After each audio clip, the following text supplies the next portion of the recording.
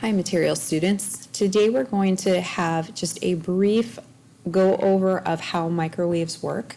So most of you are probably familiar with microwaves. Most Americans have one in their home, and obviously the purpose for a microwave is to cook your food. I've had some experiences with some unique uses of microwaves. I think my favorite was when a college roommate took a pair of cold, wet socks and threw them in the microwave. I have to admit, they came out very toasty and warm. Kind of a surprising use of the microwave, but it worked. You guys probably have the typical microwave in the top right-hand corner in your home. You're familiar with that image. But the image on the left-hand corner here, this shows electrical field and a magnetic field. You guys can see they run perpendicular to each other. This shows how an EM spectrum works. So EM stands for electromagnetic spectrum, and microwaves are actually part of the EM spectrum. Okay, so you guys can see the electromagnetic spectrum in the visual on the bottom of the slide. Microwave ovens actually use part of the EM spectrum, which are known as microwaves. They have a wave frequency of 2.4 gigahertz, and then if you guys look on the spectrum, you can see that microwaves fall in between infrared and radio waves.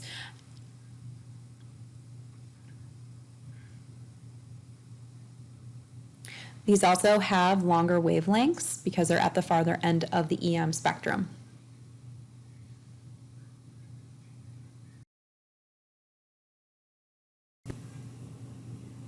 Okay, so you guys know the obvious use of a microwave.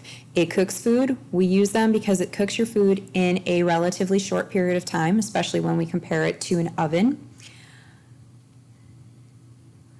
Also, the cool part about microwaves is they will only heat the food. If you use a container that is considered microwave safe, it's not going to cook the container. So sometimes your container gets hot, and that's just because of the food inside is getting hot, but it's not going to actually change the chemical structure of the microwave safe container.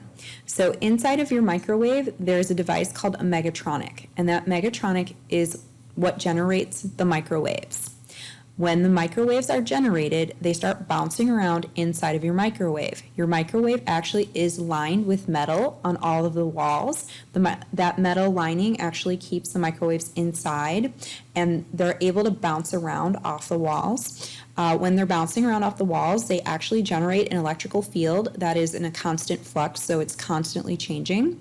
And that electrical field is what makes the molecules in your food vibrate. And that vibration is what actually causes your food to heat. It causes a friction. So when they start moving rapidly back and forth, that is how your food gets cooked because of that friction. So you guys can see in that diagram on this slide, you have a cold food and the molecules aren't moving. But then once you have the microwaves generating that electrical field and that food or those molecules in your food actually start moving, that is what actually cooks your food. A few things about microwaves. Microwaves are absorbed by organic molecules or molecules that organic compounds use. So water, fats and sugars are actual organic molecules. It's not going to be absorbed by plastics. Now you can melt non-microwave safe plastics in the microwave, so you have to be careful with the type of plastic you put in. But glass and ceramic also will not. As I said, microwaves are reflected by metal, so that's why you have your whole microwave lined in metal. But you can't put metal in the microwave. We're going to get to why you can't do that. The microwaves inside of the microwave actually deflect the radiation, and that keeps the microwaves inside of your microwave oven, which is a good thing because you want those to be contained.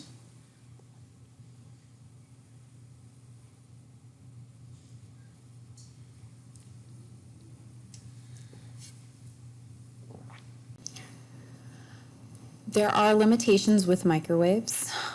Unfortunately, microwaves tend to cook food from the outside into the center, so if you put in a really thick piece of meat or something that, like a potato, that has a nice thick center, generally your food doesn't cook very evenly. So it's going to penetrate on the outside and then slowly move inward as it's heating up the molecules.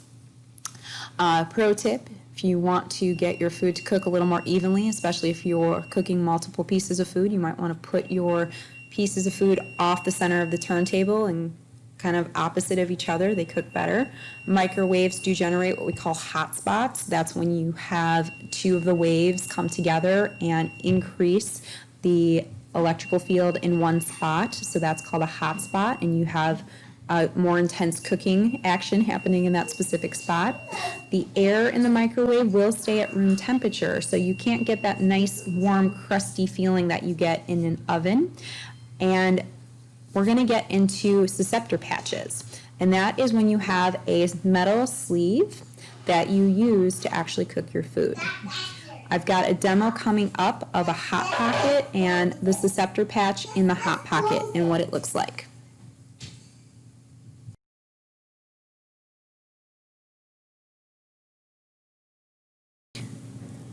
Okay guys, it's going to be a little awkward here because my audio isn't going to match up with my visual here. Unfortunately, the sound in the video just wasn't good. So you guys can see I'm holding a Hot Pocket here, and inside the Hot Pocket there is a little pouch that you can open up and cook the little Hot Pocket inside. So I'm going to cook 2 of these just to show you guys the inside and what they look like. So the first thing you do is obviously you open up your package and then you open up that little film. So inside of there, that's where the susceptor patch is, that little gray area. So you guys can see I'm cutting it in half so that I can show you what it looks like. And that entire inside is actually lined with either a metallic paint or a metallic film. They usually coat it with plastic to keep your food safe, but that is what the susceptor patch is. We saw this when we also did popcorn bags and cut the popcorn bags up, and you have that dark patch in the bottom center of your popcorn bag. So obviously you insert your Hot Pocket into the sleeve and then you take it and you put it in the microwave. I took one Hot Pocket and put it next to the one wrapped in the sleeve and put it in the microwave without the sleeve so you guys could see the difference. All right, so these are coming out. You guys can see they're both look cooked. They're both hot when I feel them, but the one I'm able to put my hand on that is not in the sleeve, it's a little chillier in the inside. It's not as hot as the one that was in the susceptor patch.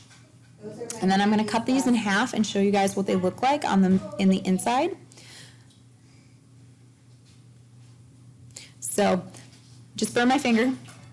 Okay, so that one you guys can see it's melted on the inside, and then putting my finger in, and it's hot. Again, burning my finger. I don't recommend it.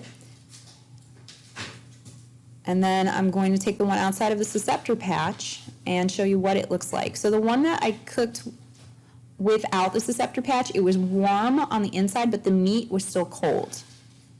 And then again, this is the one cooked in the susceptor patch. You guys can see it's cooked, and again, the cheese is well melted and very hot, but the meat is cooked warmer on the one that was made with the susceptor patch. So it just created a more even cook throughout the whole Hot Pocket, where the one without the susceptor patch, there was still very cold and almost frozen meat in the middle. So that's why they have those little pouches in there, just so you get a better even cook.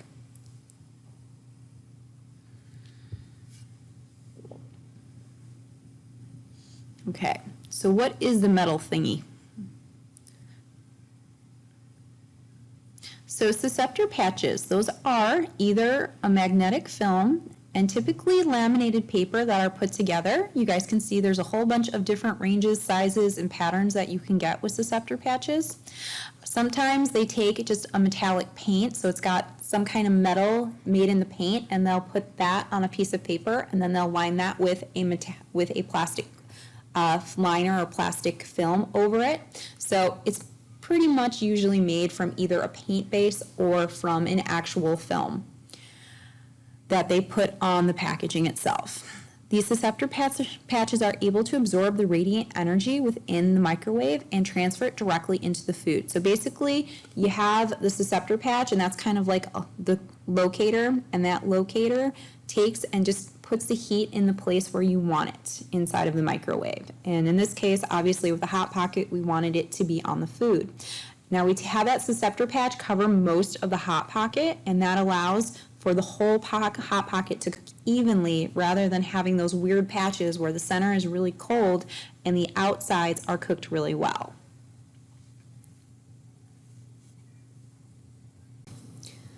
Okay, for the rest of this video, I'm going to show you guys a clip from a Huffington Post link that shows you guys what happens and kind of explains what the process of putting metal in a microwave does. So hopefully you guys know it's dangerous to put metal in your microwave. But this will kind of go into the explanation as to why putting metal in your microwave is dangerous.